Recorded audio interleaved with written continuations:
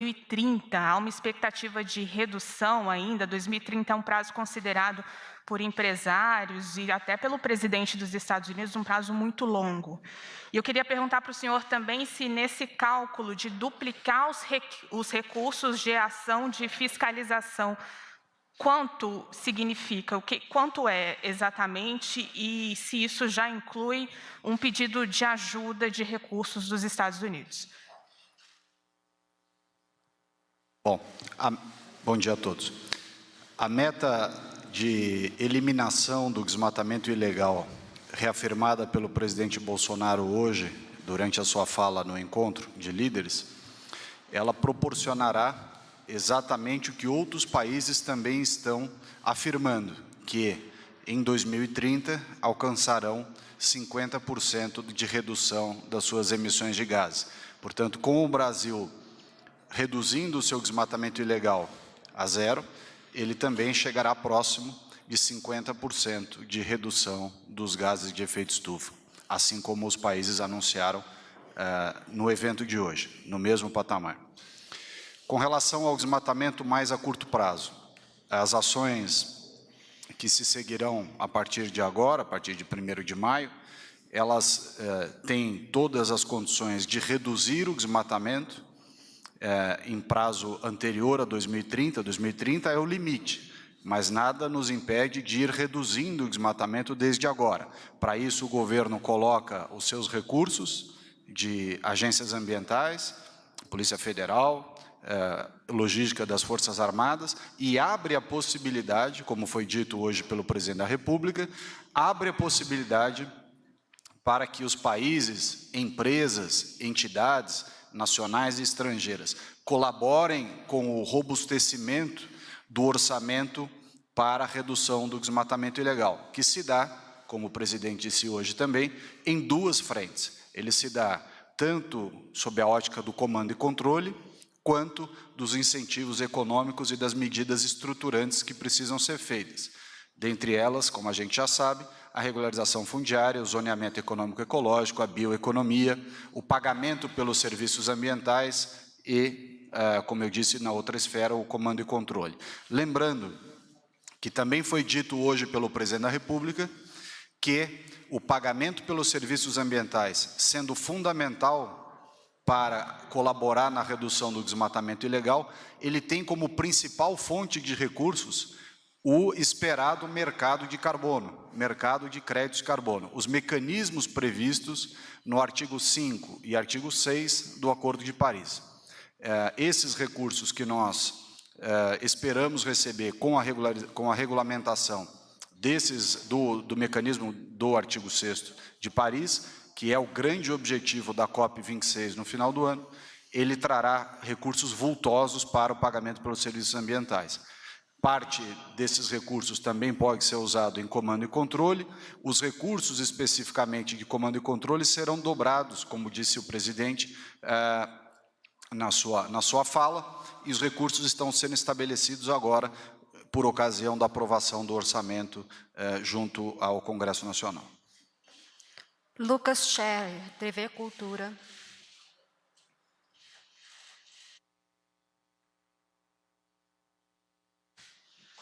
Rafael Oliveira, SBT. Bom dia, ministro. Bom, no discurso do presidente, ele citou as limitações orçamentárias que o governo brasileiro enfrenta e, mesmo assim, diz que determinou o fortalecimento dos órgãos ambientais, duplicando os recursos destinados às ações de fiscalização na região amazônica. Bom, o próprio governo já reconheceu que nos últimos anos teve uma redução nas equipes de fiscalização, entidades ligadas ao governo dizem também que a estrutura está desmantelada. O senhor, outro dia, numa entrevista, disse que a fiscalização sozinha não vai resolver o problema do desmatamento se as pessoas não forem colocadas no centro da discussão. Bom, eu gostaria de saber o que na prática vai resultar essa duplicação de recursos citada pelo presidente em relação ao número de contratações, estrutura, órgãos de fiscalização, como que deve funcionar na prática tudo isso? Obrigado.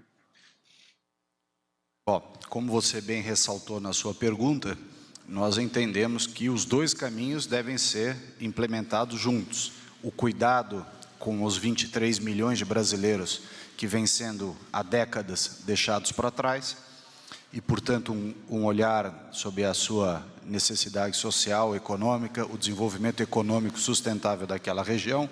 Para isso, a necessidade de recursos a serem implementados imediatamente. Razão pela qual nós vimos abrindo essa possibilidade de que estrangeiros nos ajudem com recursos vultosos e imediatamente para cuidar da parte econômica e social da Amazônia. Em paralelo, a parte de comando e controle, a possibilidade, o Brasil apresentou aos Estados Unidos, a questão de um mês atrás, um plano de ação pedido por eles.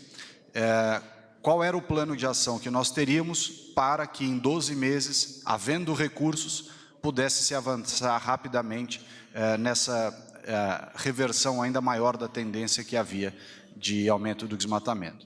E esses recursos contemplam, como eu disse, a parte econômica e contemplam, como você perguntou, o comando e controle. Comando e controle que somará as forças de IBAMA, ICMBio, Polícia Federal, Polícia Rodoviária Federal, com equipes também da Força Nacional. Então, nós temos Força Nacional, logística também das Forças Armadas, que tem muita condição de apoio logístico a tudo isso.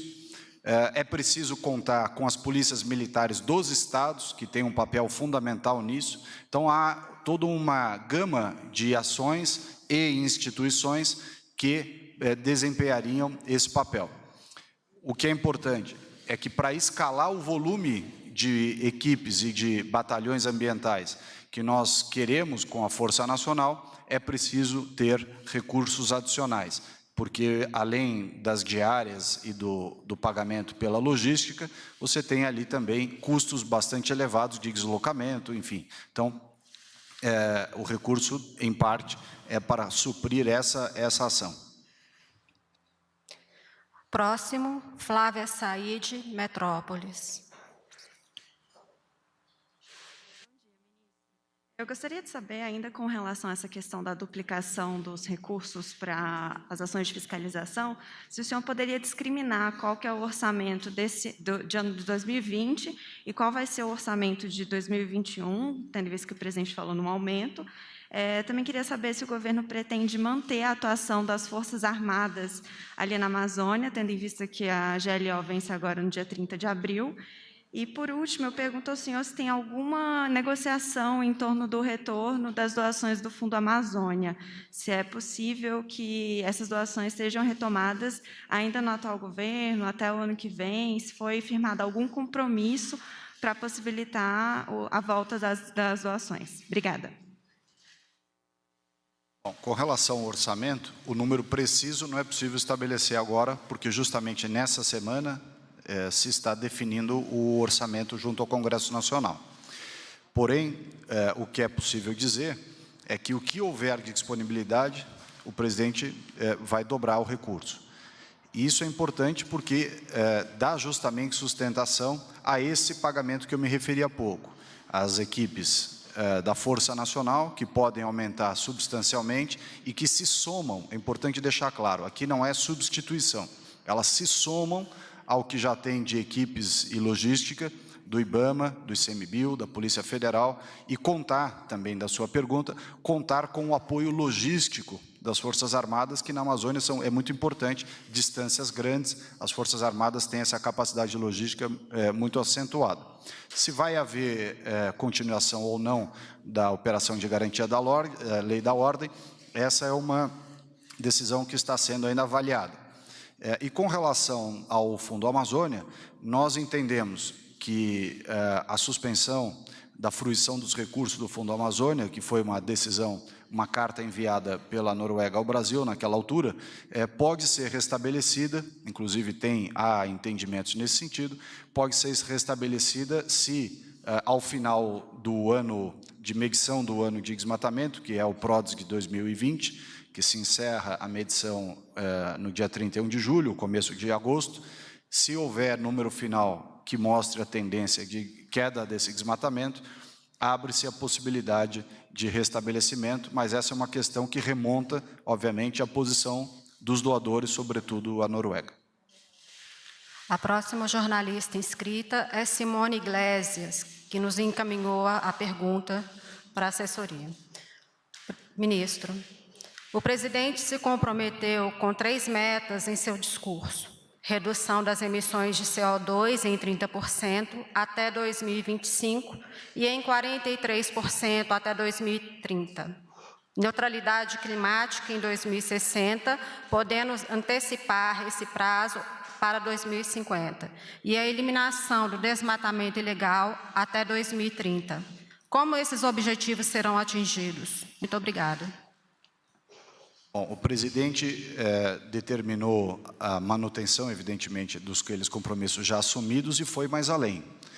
Ele, ao assumir o compromisso de eliminação do desmatamento ilegal em 2030, ele reforçou o orçamento, como já comentamos aqui, o que pode, com essas ações, dar espaço para que o 2030 seja antecipado na prática. Com isso será tão e mais fortemente feito quanto a gente possa receber recursos tangíveis, volumosos e imediatos dos países e empresas estrangeiras. Quanto mais recursos vier, quanto mais apoio existir, maior a probabilidade de antecipar tanto o desmatamento ilegal, a extinção do desmatamento ilegal, quanto a redução de 50% dessas emissões que virá junto com a eliminação do desmatamento ilegal.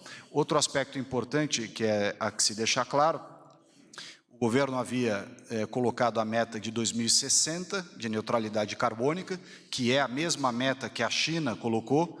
O Brasil havia dito na sua NDC que poderia antecipar essa meta mediante recursos que pudessem vir, que o país pudesse receber, recursos que viriam ao longo dos anos para poder antecipar até 2050.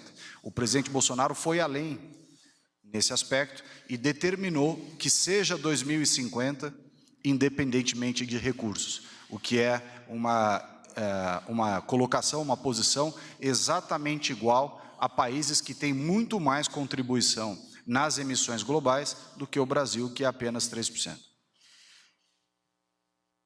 Próximo profissional de imprensa, Guilherme Roesler, G1. Bom